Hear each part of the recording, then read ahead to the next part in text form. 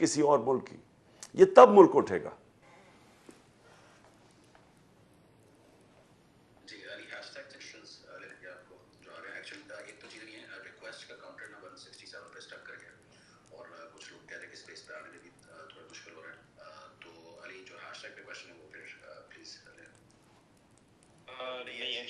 मेरे पास एक voice note है डॉक्टर महबूब औरंगजेब साहिबा का, जो हमारी टीम की मेंबर नहीं है, तो मैं वो प्ले करना चाहता हूँ खान साहब के लिए। Here we go. Assalamualaikum Khan साहब, I do not have a question.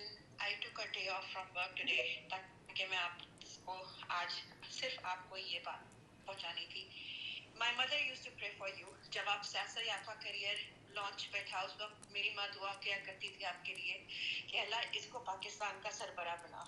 आपकी कामयाबी के लिए वो अपनी आखिरी तक अपने आपकी कामयाबी के लिए दुआ करती रही।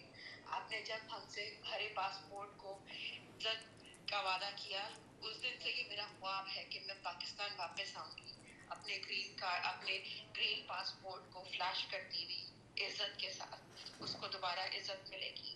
मेरा दिन स्टार्ट होता है, हर रोज मेरा स्टार्ट होता है आपकी जान का सदका देते हुए।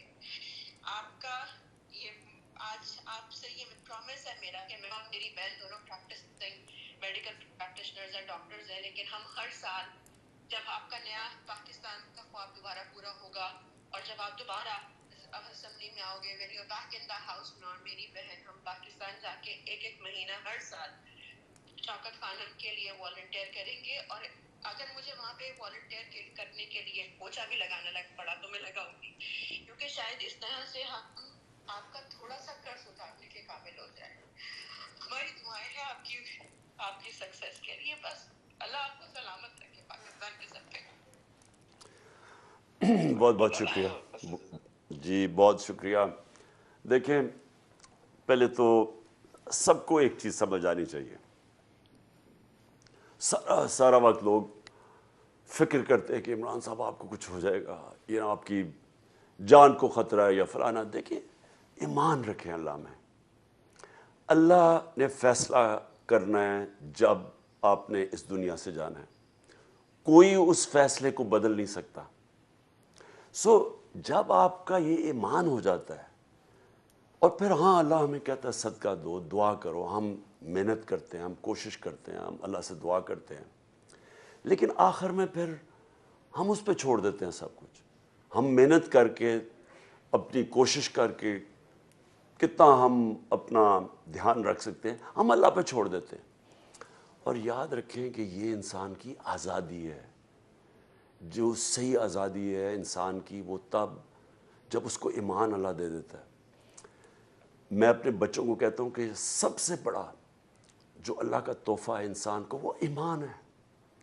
ईमान आपको आज़ाद कर देता है हर चीज़ से, सोच से, फ़िक्र से, घबराहट से, मर जाऊँगा, मेरी नौकरी चली जाएगी, मुझे कोई ज़लील कर देगा, इससे आप आज़ाद हो जाते हैं। और परवाज़ सिर्फ आज़ाद इंसान के ऊपर होती है, ग़ुलाम ऊपर नहीं परवाज़ कर सकते।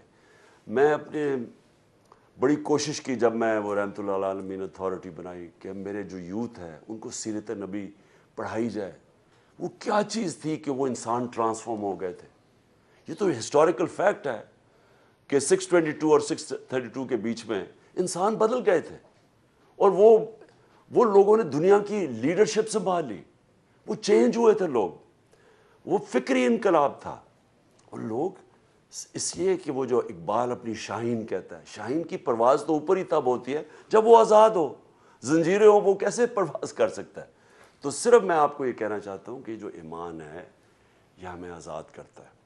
मेरा ये ईमान है कि अल्लाह ने मुझे इस दुनिया से नहीं लेके जाना जब तक कि हम इसको वो पाकिस्तान ना बनाएं जो कायद-ए-आज़म की जद्दोजहद थी, अल्लामा इकबाल की ख्वाब थी।